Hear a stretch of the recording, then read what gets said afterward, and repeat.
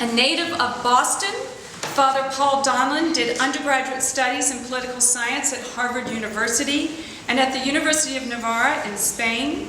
He also received a doctorate in theology from the Pontifical Lateran University in Rome. Ordained a priest of Opus Dei in 1962, Father Donlin has carried out a varied and intensive youth ministry in New York, Chicago, San Francisco, and Berkeley, plus serving 3.5 years as a Marine chaplain, including service with an infantry reconnaissance battalion during the 1991 Gulf War. That's just a way of saying he's seen and heard it all. So. Father Donlin is currently resident chaplain of Tilden Study Center, a youth center located near UCLA. Now, it was actually Scott Tariki suggested having Father Paul here. Father Paul suggested having Miss Jessica Ramirez join us tonight, so we had a joint presentation here tonight. Jessica is a graduate of Our Lady of the Lake University in San Antonio, Texas, holding bachelor's degrees in theater and mass communications.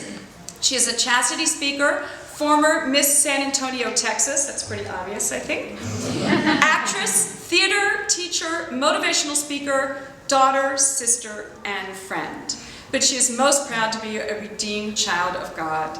Her passion is motivating young teens to see the authentic freedom in modesty, beauty, and true love. Jessica is currently a teacher and speaker for Family LifeWorks, a nonprofit organization that is sponsored by the Archdiocese of Los Angeles. With Family LifeWorks, she gives 35 talks a month in Catholic schools throughout Los Angeles, teaching character formation, virtues, and theology of the body. So the way it's going to work tonight is Father Paul will begin with the presentation, followed by Ms. Ramirez. And after both presentations, depending on time and y'all's availability, we'll try to have some questions and answers. But I'd like to ask you to hold all questions to the end of both presentations. So with that, Father Paul. Thank you.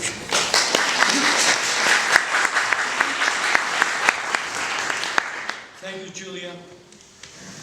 Every time I hear the bio description of myself, I'm amazed. Who is this guy? But I do really want to give pride of place to Jessica, because I don't even know what she's going to say. She doesn't know what I'm going to say. We did not compare notes ahead of time. But I'm extremely interested in what Jessica has to say, which I think will be a lot more interesting than what I have to say. What I have here is what I call talking points for parents of St. Monica Academy. And it's based purely on observation in almost 53 years of priesthood. This August I will have been ordained 53 years. And in my 53 years of priestly work, very much among young people of all ages of young, pre-high school, college, and beyond, these are the things I've been able to observe over the decades, which I wanted to share with you. Now, it isn't terribly pleasant in a way. Some of the things are kind of ugly, and they're a little bit raw, and in a certain sense controvertible, and you can have your own opinions on these things. I'm not going to give a lecture on the theories of the beauty of human sexuality, which I've done many times, which you probably have heard and even maybe given yourself. I'm not going to talk about the theology of the body, although that's a beautiful topic in itself. We're going to get down to some more nitty-gritty things.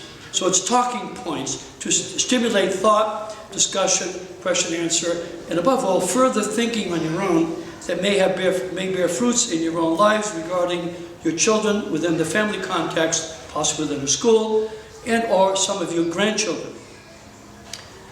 So I'm going to kind of read basically what I have here. And a lot of this deals with young women. I hope it doesn't sound prejudiced. In my almost 53 years of priestly ministry among young people, both boys and girls, I have noticed that what I call the male animal, pardon the expression, is pretty much the same animal. Albeit a lot more immature, more irresponsible, less motivated, less hardworking, less well-formed than previous generations, but pretty much the same. It's amazing, dealing with boys, I find a constancy in dealing with them over the decades and over different parts of the country, East Coast, Midwest, Northern California, Southern California. With girls, however, the case, at least from my experience, is quite different. Girls today are radically different from girls, say, 50 years ago or even 30 years ago. So what is the difference, in my opinion? Girls today are, to put it bluntly, highly sexualized and prematurely sexualized. The prevailing culture presses hard down on them to conform to an ideal image which is completely contrary to nature, that is, to feminine human nature. The feminist movement, the introduction of the pill in 1960, thereafter, the abortion rights movement, the teen movies, the teen music, the teen magazines, the teen talk, all of this now amplified by the universal availability of social media via smartphones and iPads, the excessive use of Facebook, the excesses of texting and sexting are all favoring a perversion of young women at very early ages. That's my observation. There is, in adolescent psychology, as you very well know, a fundamental need to be accepted into a group. This is true both of boys and of girls. However, in the case of girls, the need is intense. You have to be part of a group. You need to be accepted.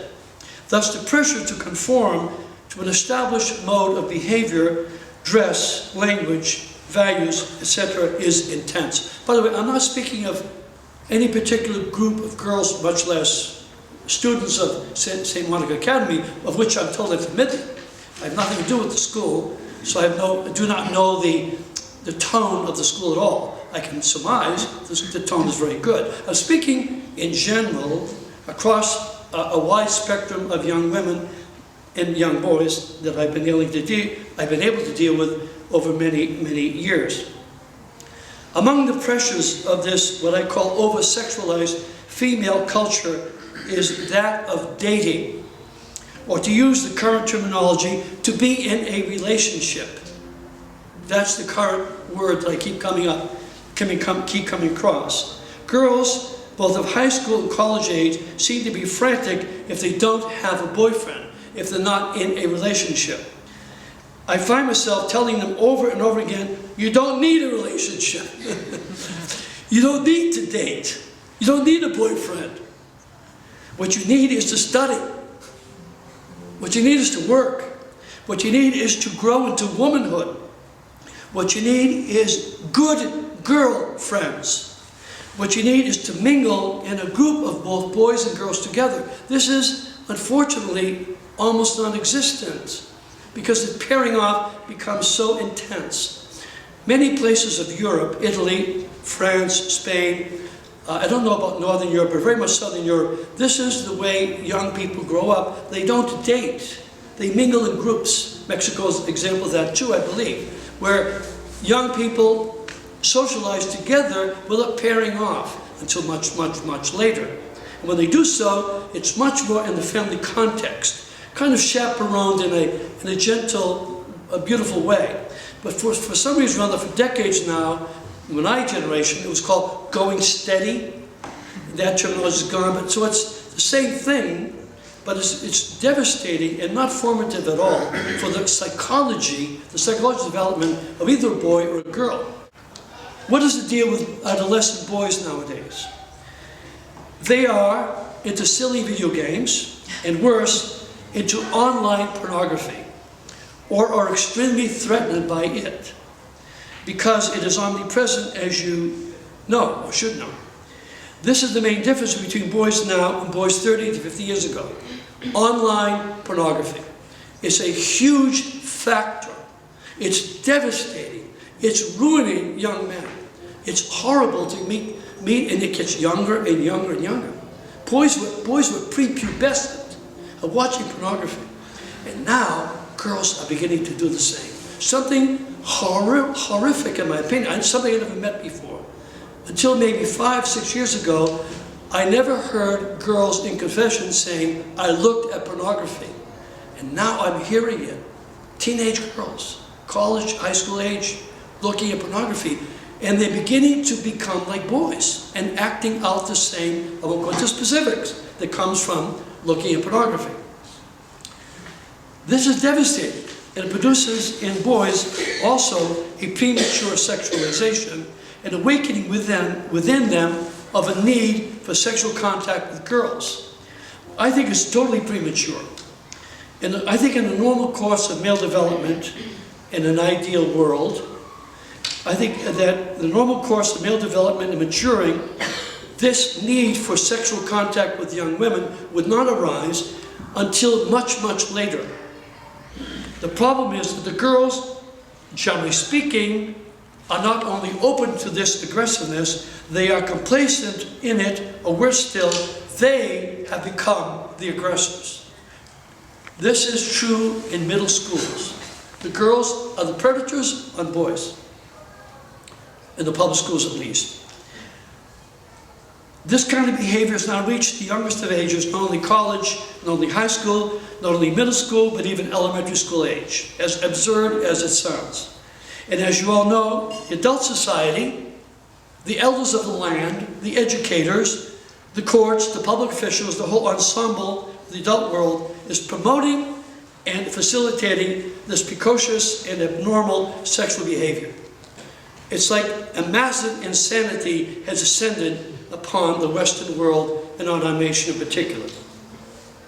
Now I realize that you, as serious Catholic Christian parents, good children, eager to form them well and to see them grow up to be countercultural Christians, countercultural Catholics, men and women who marry well, who will be pro-life and will be open to life, have precisely for this reason chosen the school to be a major partner in this great project and high ideal. But you must not be naive.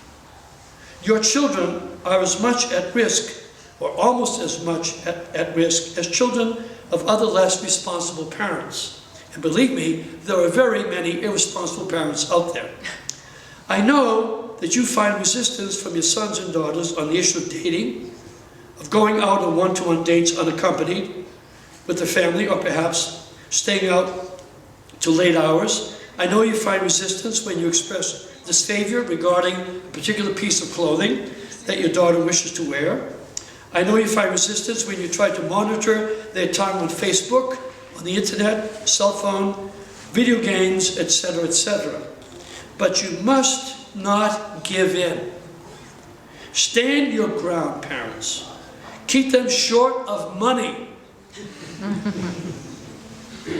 That's a great way to control the behavior of young people. No money, no problem. No money, no drugs. No money, no alcohol. Monitor the use of free time. Make them do their chores at home. Encourage them to bring their friends around your home. Don't trust them completely. They're not trustworthy in general. You wish that you could trust them. Don't be so, oh, we trust you. Forget it. Just tell them, we don't trust you because you're immature. We're trying to make you trustworthy so we can one day say, we now trust you. But you don't begin there, you end there. Kids lie to their parents left and right. They try to deceive them, and they do so successfully. They tell their parents half-truths about where they're going and what they're doing, or what they're going to do, or what they've done, because some of you did the same thing when you were teenagers. Think of how you were as a teenager. Multiply that by 100, and then you got a picture of today.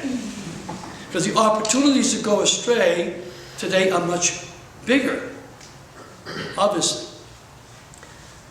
A few years ago, I was a chaplain of a young boys' youth center in Marin County, north of San Francisco, in Upper State Center.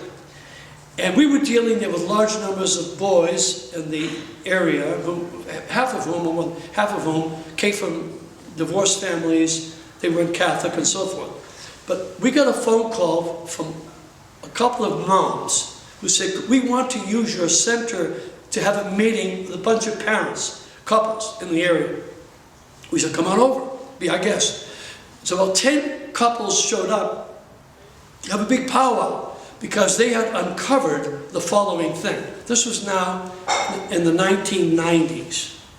Their teenage daughters would go to bed dutifully at 9 p.m. The parents go to bed at 10 or 10:30. The kids would wait until the parents were asleep. Then they would get up and they would sneak out of the house, down out the window, out the back door, quietly. And they all, there was like a little gang of them. They would gather in a local community that was a very dangerous place. It was a ghetto neighborhood. And then they would drink, smoke pot, and fornicate. They did this on weekday nights. The parents were surprised because they're having a lot of trouble getting their daughters out of bed in the morning to go up to school. And finally, they began putting little things together and they discovered there was this ring of sexuality and misbehavior going on. I mean, they were clueless until they finally uncovered it. So they had a big meeting, heads together. What do we do about this? And they blew it wide open, of course, and they put a stop to it. I mean, that's an extreme example of the sort of thing that has been going on. It could be going on, for all we know, under your very nose. Don't be naive. Returning to the matter of girls. And you must realize that they are totally in control of how a boy behaves around them. I repeat that. A teenage girl, an adolescent girl, a young woman is totally in control of how a boy behaves around her. As a good priest once pointed out to me, the human female is the only animal on earth that selects its mate. Very interesting observation. This is part of the beauty of womanhood. In the purely animal world, the male selects the female and she simply submits. Isn't that true? Dogs, cats, the male selects the female and she submits. Not so among humans. The woman makes the choice.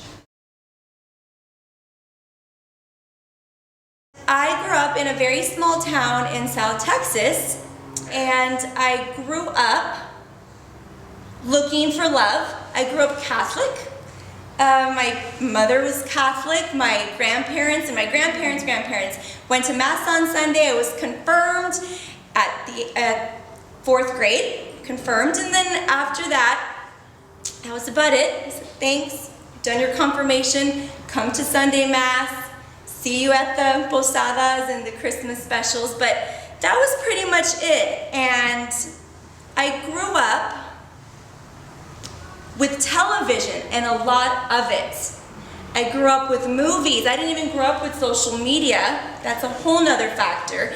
But I'll never forget watching Grease. And watching Grease, I think I must have been in the 2nd grade. And that was like, that's what school's like. Okay, that's what it's gonna be like when I get into high school, and it's gonna be dating and girlfriends and boyfriends, and everyone in Greece was singing and dancing and they broke out into song, and I wish that real life we could break out into song. And I looked for the Danny Zuko character, the bad boy character. That's what I was looking for. And I wanted to be Sandy. I mean, that was what I looked for in reference to role models and my idea of love. Now, I went to Mass, and the people that went to my church were married and had children, the grandparents, but I didn't see anybody else. I didn't see a young adult, maybe a 25-year-old male or female at Mass with a smile on their face. When I went to Mass, nobody had a smile on their face. And I'm not saying that's what church is, because I know now that it's not, but that's what it was in my community. So I didn't see that people were happy. I saw people were happy on television. I saw them smiling. My mom, I'll never forget, had a talk with me about sex, and she said, just don't do it, wait till marriage, period. Okay, that was it. And And friends were so important. Good grades. I was on student council, track, theater. I mean, from the outside, I really did look like everything was okay. But inside, I was really searching and searching for this greater, deeper love. I went to college, and I ended up becoming a cafeteria Catholic. I picked and chose what worked for me. I love going to Mass. God, I love you. I know you're there. But cafeteria Catholic, this works for me. That doesn't. This does. I support this, but I don't think this is a problem. If it feels good, then it's probably the right thing to do. Happiness is everything. And I grew up that way in college, thinking that I was free. Went into college, I was 17 years old, and I was like, finally I'm free. I can do whatever I want. No one's gonna tell me what to do anymore. I can wear whatever I want. I can listen to whatever I want. And I thought that was freedom, but in reality, I ended up becoming a slave to the world. And I was never good enough, never smart enough, never thin enough, pretty enough, talented enough. In this world where I thought it was what freedom was, I was very much enslaved, and I didn't know it. I was completely blind. And the friends that I hung out with were very much on that same path. When I found out more about what chastity meant and theology of the body, I was just taken back. I was just like, oh my goodness, this is amazing. And I want to tell everybody about living a virtuous life and what chastity means. I was so excited. I literally called up all of my friends and I said, look, this is the way to live life. And they looked at me like I was crazy. They really said, you've gone off the deep end. I said, no, I'm not off the deep end. This is it. This is true freedom.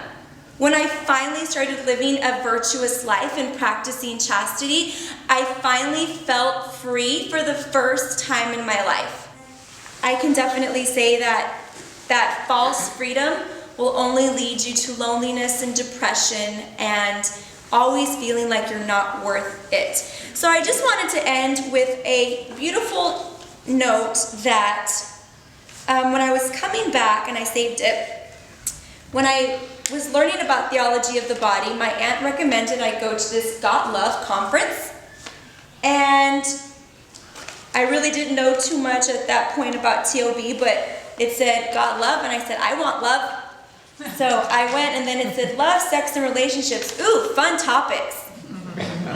Fun topics. So I went, and the first thing that I was the only 25-year-old in there, but it was for teenagers, and I went ahead and went. And this note, it was in Menlo Park, this note changed my life. This letter from the church changed my life. And it says, Dear sons and daughters of the King. Whoa. I had never in my entire life been spoken to that way, ever. That I couldn't even read past that. I said, I am a daughter of the King? Oh my goodness.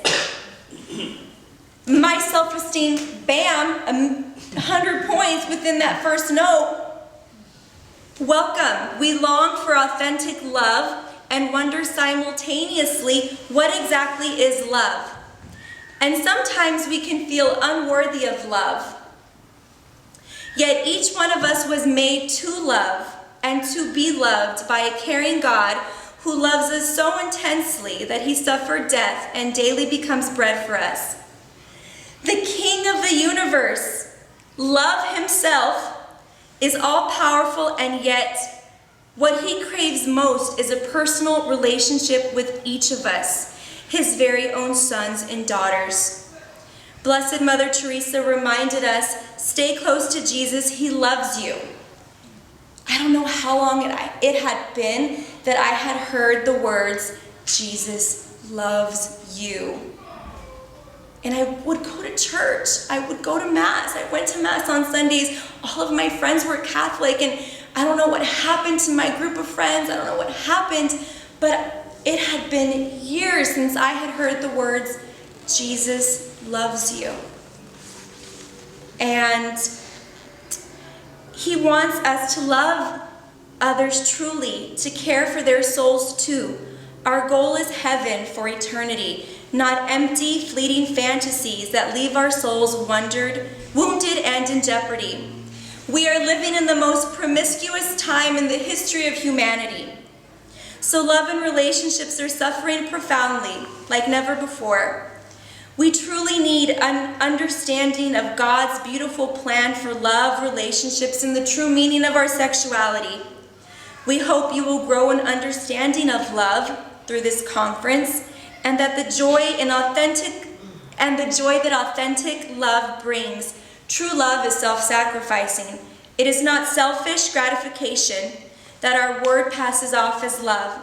Living chastity is the way to authentic love. Set your sights high. You were made for greatness. So I wonder if either one of you want to comment. I read a book, it's called The Nurture Assumption by Judith Harris. I don't know if she's a Stanford professor at IU. Her thesis is that parents, you should give it a rest because the kids are not going to be formed by anything you do. That all of their outlook on life is formed by their peers. And therefore, parents have no influence over this. I, of course, don't agree with this book, but I wonder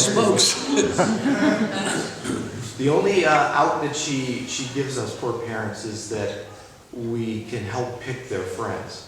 I wonder if you wanted to comment on this balance between what parents can do relative to the peer pressures that you both talked about. Did you all hear what he said? This thesis, parents really have no input on the formation of their children in terms of basic values, but it's all they're being formed by their peers, and at most the parents can help them select out their friends. Well, certainly the parents can help them select out their friends. That's a very important point, but that's only part of the picture.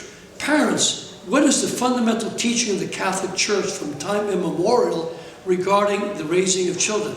Parents are the primary educators, which means that they teach them mathematics, but they form them as human beings. You're forming your children every moment of your life because it's in the home. It's the way you live, the way you talk, the way you deal with each other. Mom, dad, right? It's conversations, dialogue. It's lifestyle in the home. It's acting and reacting to things that occur. And these wonderful conversations that every father and every mother has alone with this boy, this girl, because they occur when they occur. You know, you're out there washing the car or cooking in the kitchen or whatever it is, and all of a sudden, bam, you have these great moments of conversation and breakthrough, which you're imparting wisdom. A parent who would abdicate that role is like committing suicide. Of course you have a role. Parents have an enormous role. Children growing up, God is mom. God is dad, until they finally realize they're not. You know the famous statement of Mark Twain, that when he turned 16, he just realized how stupid his father was, how ignorant he was. And then when he turned 21, he was amazed how much his father learned in the last 5 years. That's a process. So yeah, no, the basic values come obviously from mom and dad.